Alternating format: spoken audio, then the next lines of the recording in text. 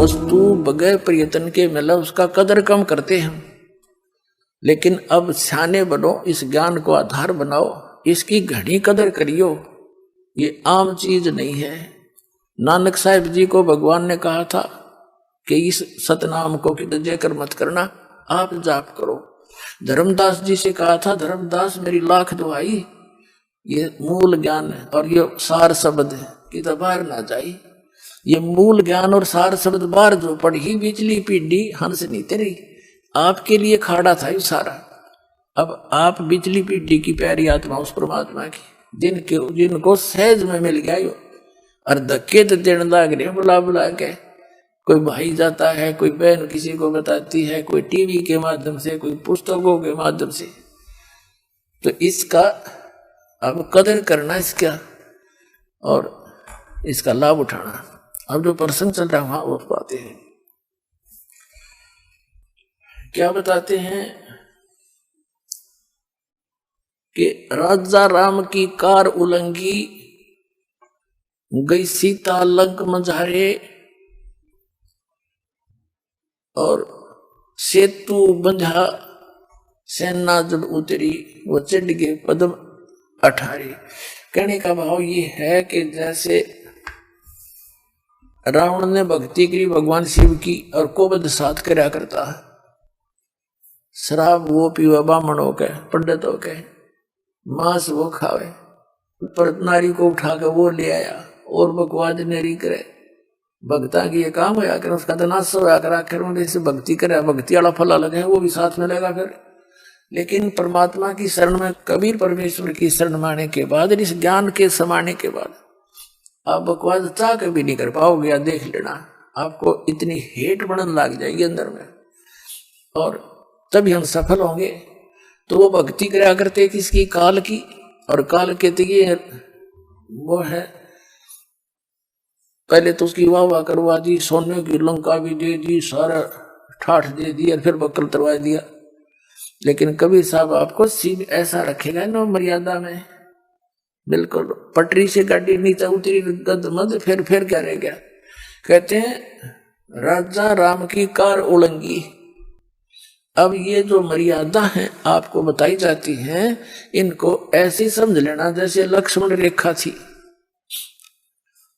राजा राम यानी वो दोनों भाई श्री रामचंद्र जी और लक्ष्मण जी वनवास में साथ में सीता थी, और वहां एक उन्होंने बगीची बना रखी थी सीता ने। एक मर्ग आ गया माया का, सोने का मर्ग बनकर, स्वर्ण का, और उस बाड़ी को तोड़ने लग गया, उसकी फुलवाड़ी को। जब सीता ने कहा कि ये मर्ग बहुत अच्छा है, मुझे बहुत प्यारा लगता है, और इसको पकड़ के लाओ, जिंदा या मुर्दा। अब वो श्री राम जी चले, रामचंद्र जी ने कहा लक्ष्मण से कि मैं जाता हूं, तू यहीं रहते, और यहां ध्यान रखना कि वहां राक्षस लोग रहते हैं जंगल में, कुछ सीता को हानि ना कर दे।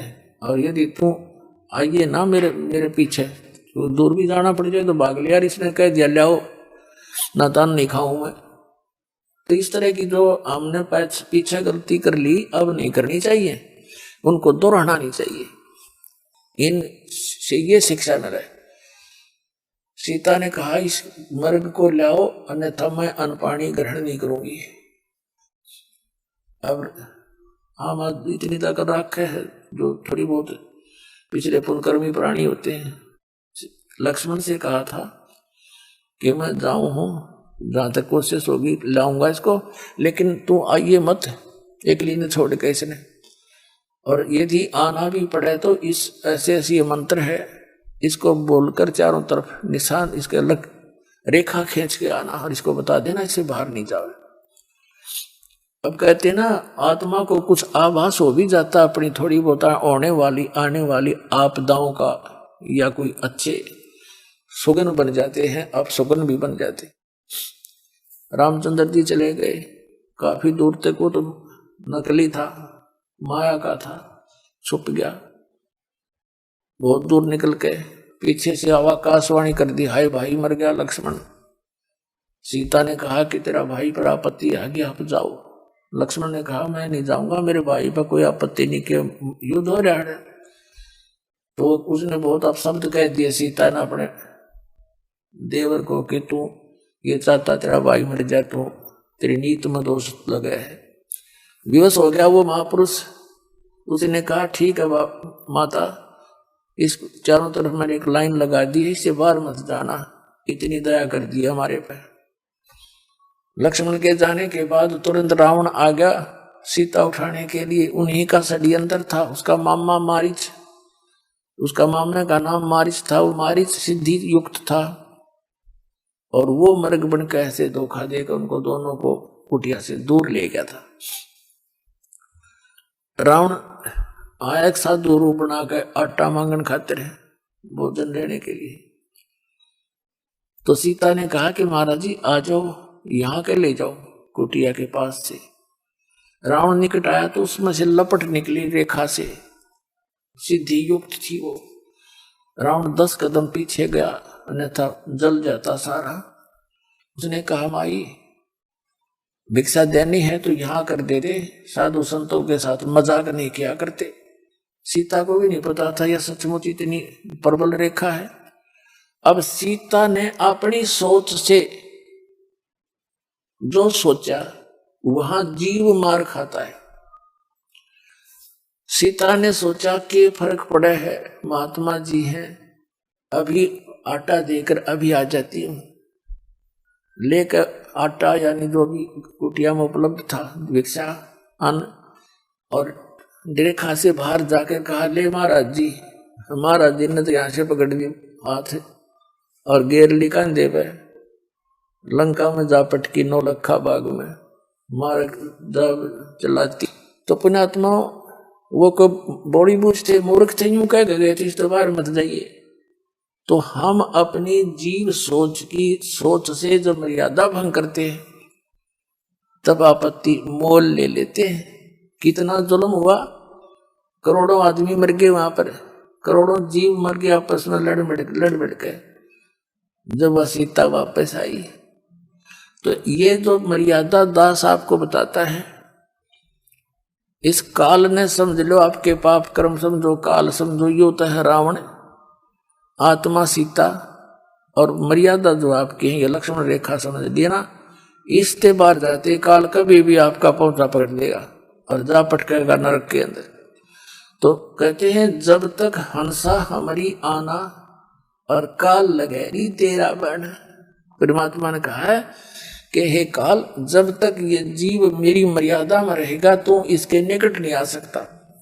तो काल ने कहा था कि सबसे पहले मैं इसकी मर्यादा ही खंड करवाऊंगा।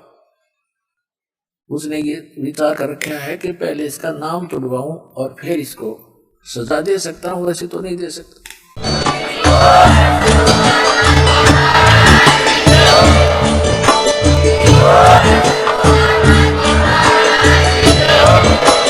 आप सुन रहे थे जगत गुरु तत्वदर्शी संत रामपाल जी महाराज जी के मंगल प्रवचन। अधिक जानकारी के लिए विजिट कीजिए हमारी वेबसाइट www.jagatgururampalji.org। संत रामपाल जी महाराज जी के शुभ आशीर्वाद से पूरे विश्व भर में 500 से भी ज्यादा नाम दीक्षा केंद्र हैं, जिन पर संत रामपाल जी महाराज जी द्वारा ऑनलाइन निःशुल्क नाम दीक्षा दी जा रही है। अपने नजदीकी नाम दीक्षा केंद्र का पता करने के लिए संपर्क करें 8222880541।